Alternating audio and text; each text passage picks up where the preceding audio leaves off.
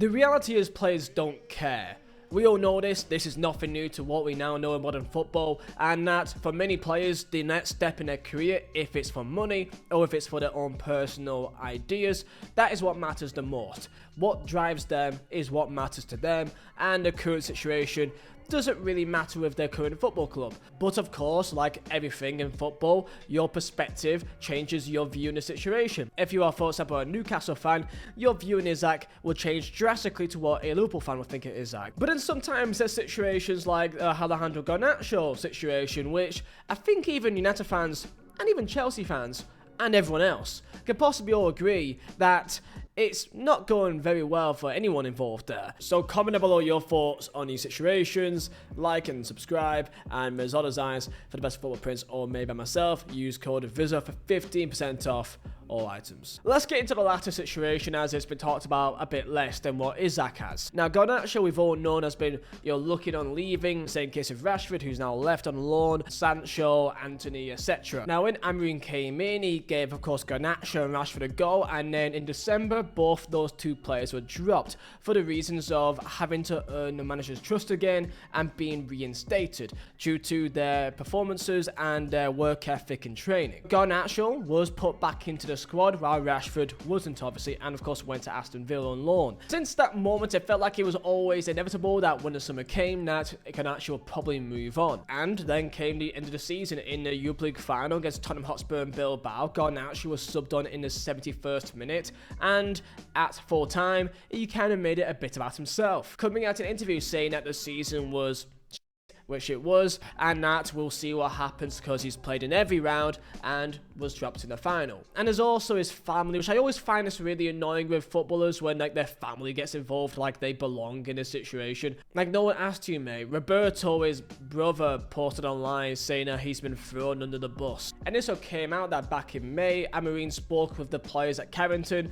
and he spoke in front of the players regarding Garnacho, saying that he's not in his plans. So from Garnacho's perspective, for rightly or wrongly, he's been thrown to one side here and is no longer in the plans. This could be due to his own fault, due to maybe how he performs in training, how he performs on the pitch, his attitude with the players or the manager.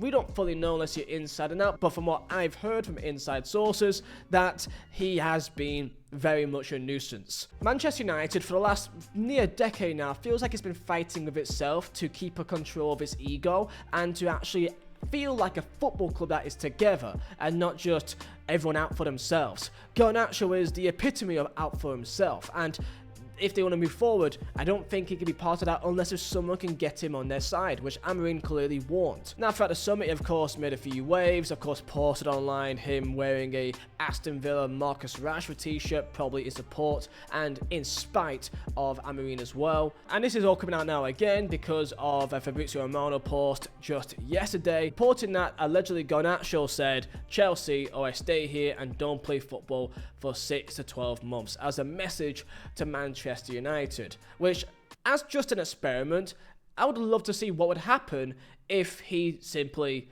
stayed at United and just didn't play. This, of course, would be disastrous for United because it would just put in an awful morale and vibe to the club. Of course, it'd be put to one side, but the players aren't stupid. They're friends with each other. So there will be some problems behind the scenes, if not already. Feels like this is just bad attitude yet again. As far as we're concerned with the situation, Chelsea have got a valuation of Garnacho of around £30 million, and United want more. They're looking for more, around £50 million.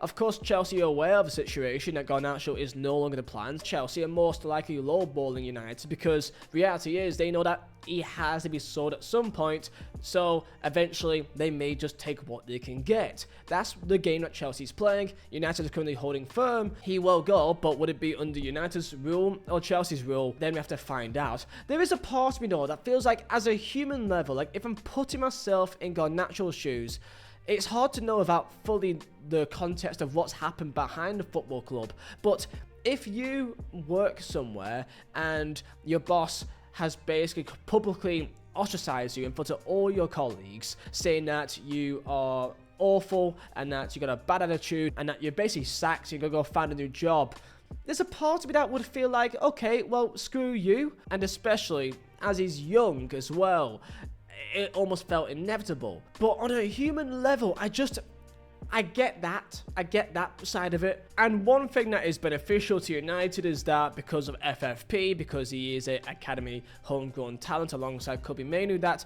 to help comply with financial rules, selling Garnacho for the most money possible is very beneficial to them because of these FFP rules. So that's why they also want as much money as they can, because that's very helpful. And then there's Newcastle, which is a different situation completely. If you're a Newcastle fan, you think that Isak is a snake and is turning his back against the club. If you're a Liverpool fan, and from Isak's perspective, they believe that Isak has been lied to and his wishes, which he tried to be respectful about, has been rejected, basically. From what I can gather from David Ornstein, 2 weeks before the season ended, Isak told Howe of his wish to leave and even reiterated this on a call to him after the final day of the year against Everton. This was reported by David Ornstein. Isak reportedly has made it very clear that he wants to move on. He gave them a heads up ahead of time that they can maybe look on to get a replacement for them in the summer. But back to a Newcastle perspective, if you sign a contract with a football club, which he has to 2028, that is also a promise as well. And it has to be in line with what the football club would want to do.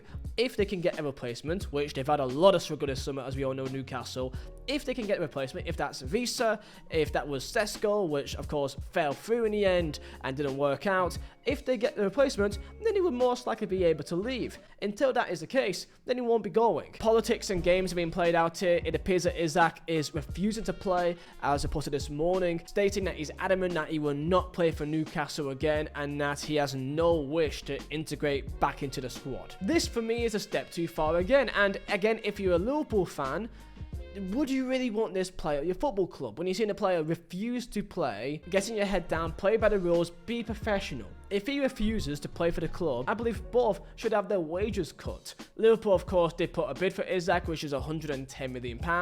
Newcastle appears to want £150 million. That's the valuation. If they offer that much money, then it appears they'll sell him. However, this does go against the idea that they've said that he's not being sold under any circumstances, as that £110 bid was very much a take it or leave it bid. Hence why they've not gone back in for a second off, because that is as much as they would offer for him. And is Isak worth £110 million? I mean, that's a question to you guys. In this day and age, you get a number 9, which is almost seen as a sure thing, is very hard. And when you're thinking of £100 million plus, you're thinking of getting an Mbappe or something. And Isak has appeared to be led to an ultimatum here, that if there's no serious offer, basically meaning £150 million, there's no transfer.